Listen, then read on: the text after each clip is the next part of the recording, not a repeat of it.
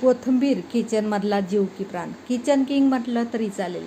प्रत्येक भाजीला आणि प्रत्येक नाश्ता कुठलीही रेसिपी असो, कोथिंबीर हवीच, हिरवीगार, आणि तीही गावरान कोथिंबीर छान असेल.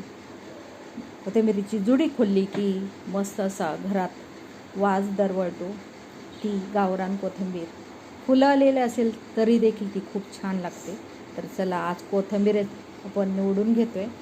कोथिंबीर निवडताना फक्त देठ काढून घ्यायची, जिथून आपल्याला ती तोडता येते तिथून तोडून घ्यायची. आणि देठ असतात ते ज्यावेळेस आपण वाटण बनवतो, रस्सा भाजीसाठी ज्यावेळेस आपल्याला वाटण बनवायचं त्यावेळेस आपण कोथिंबीरीची देठ त्याच्यामध्ये वापरू शकतो. आणि जी शेंड्याकडची कोवळी साईड असते, कोळी पानं असतात, पुढच्या बाजूची कोथिंबीर असते जी हिरवीगार, ती तुम्ही स्टोअर करू शकता. आणि जी थोडीशी पिवळी व्हायला लागली ती वाटणामध्ये घालू शकता, कारण ती देखील हिरवीगार असतात.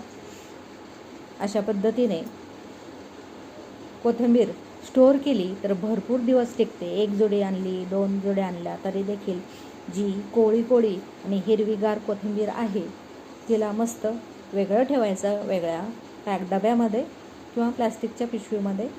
डबा असेल प्लास्टिकचा त्याच्यामध्ये.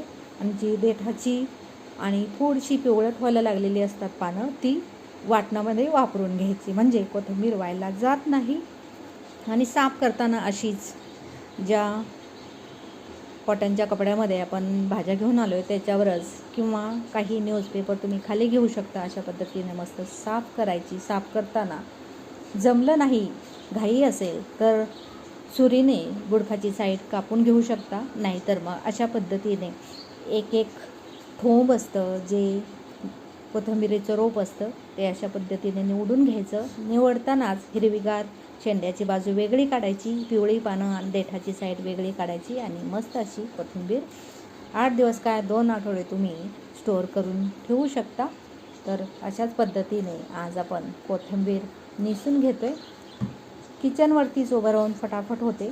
तुम्हाला TV पाहत करायचे असेल तरी देखील तुम्ही दुपारच्या वेळेस हे काम करू शकता.